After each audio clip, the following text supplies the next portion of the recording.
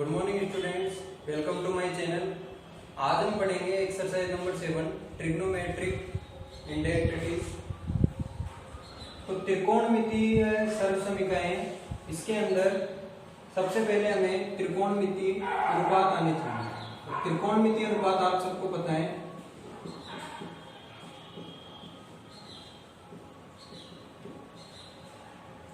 त्रिकोणमितीय अनुपात होते हैं साइन, कोस, टेन, कोसेक, सेक और कोट। तो ये सब आपके हैं त्रिकोणमितीय अनुपात। अब इन अनुपातों से जो सर्वसमीकरण बनाई जाती है, उन सर्वसमीकरण को कहते हैं त्रिकोणमितीय सर्वसमीकरण। तो इन रेशो से हम सर्वसमीकरण कैसे बनाएंगे? सबसे पहले हम साइन और कोस, इनके बीच में जो रिलेशन है उससे जो सर्वसमीकरण बनेगी वो देखेंगे।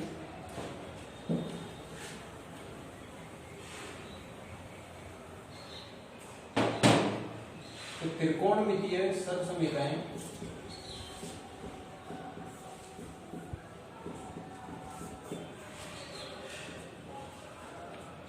सबसे पहले हम देखेंगे sine square theta plus cos square theta equal to 1। तो एक सर्वसमीकरण हमारी ये है sine square theta plus cos square theta equal to 1। तो सबसे पहले हम इसके अंदर ये देखेंगे कि यहाँ पे sine square theta plus cos square theta equal to 1, ये साइन और कोस के बीच में रिलेशन शो कर रहा है।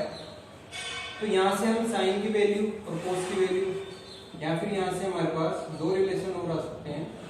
साइन स्क्वायर थीटा यहाँ पे बने प्लस इधर ये माइनस कोस स्क्वायर थीटा। इसी तरह से कोस के लिए भी cos square theta equal to 1 minus sine square theta. तो एक सर्वसमीकरण से हमारे पास दो फॉर्मूले और आ गए। तो इन सबको आप नोट करें। इसके बाद हम देखेंगे सेक और टेन के अंदर।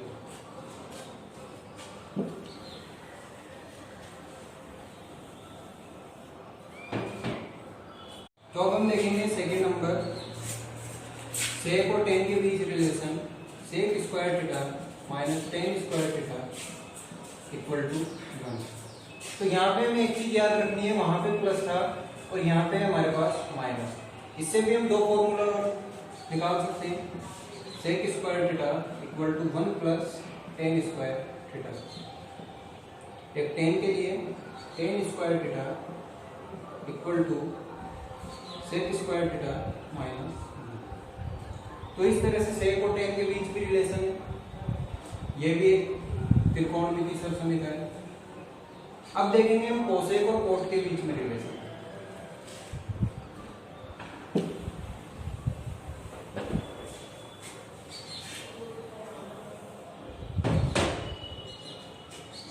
Third number, cosec square theta या आपको minus cot square theta equal to 1। यहां से भी आपके पास cosec square theta equal to 1 plus cot square theta, और एक और फॉर्मूला कोट के लिए cot square theta equal to cosec square theta minus 1। तो इसके बाद नेक्स्ट हम देखेंगे पूरक कोण।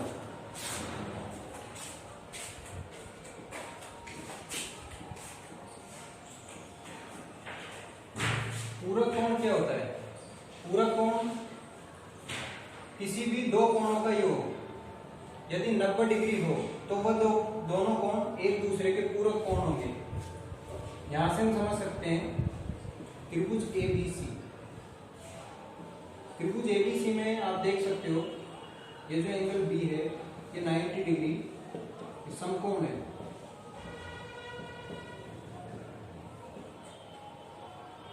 ये समकोण है।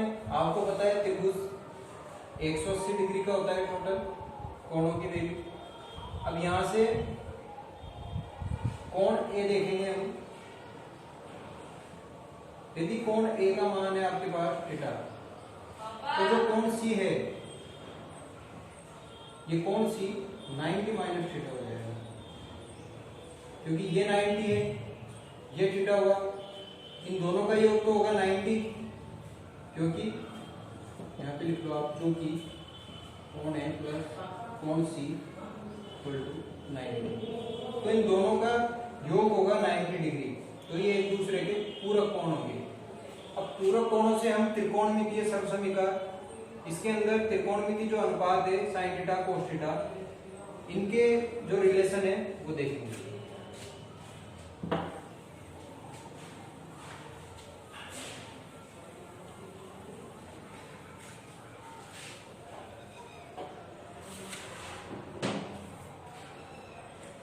तो सबसे पहले हम देखेंगे साइन 90 माइनस थीटा, ये होगा आपके कोस थीटा,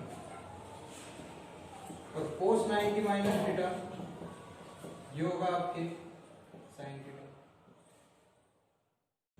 तो अब हम देखेंगे tan 90 माइनस थीटा, ये होगा आपकी कोट थीटा, और कोट 90 माइनस थीटा ये होगा tan थीटा।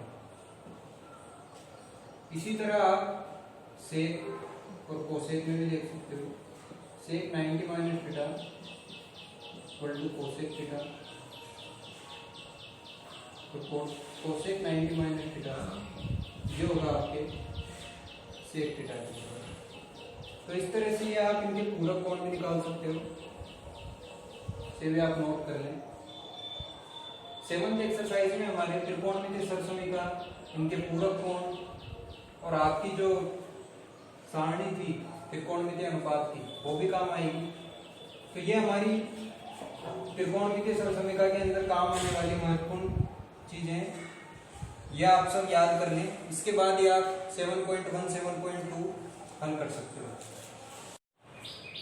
तो इस तरह हमारी 7th एक्सरसाइज के हमने इंपॉर्टेंट पॉइंट देख लिए हैं। आपको ये त्रिकोणमितीय सर्वसमीका सबको याद करनी है, पूरक कोण याद करने हैं, और हमारी 6th एक्सरसाइज के अंदर जो ट्रिग्नोमेट्री, रेशो, वो सब याद करने हैं, वो सारणी याद करनी है आपको। और नेक्स्ट वीडियो में हम पढ़ेंगे 7.1 के एग्जाम्पल। तो आप सब घर पे प्रैक्टिस करते रहें।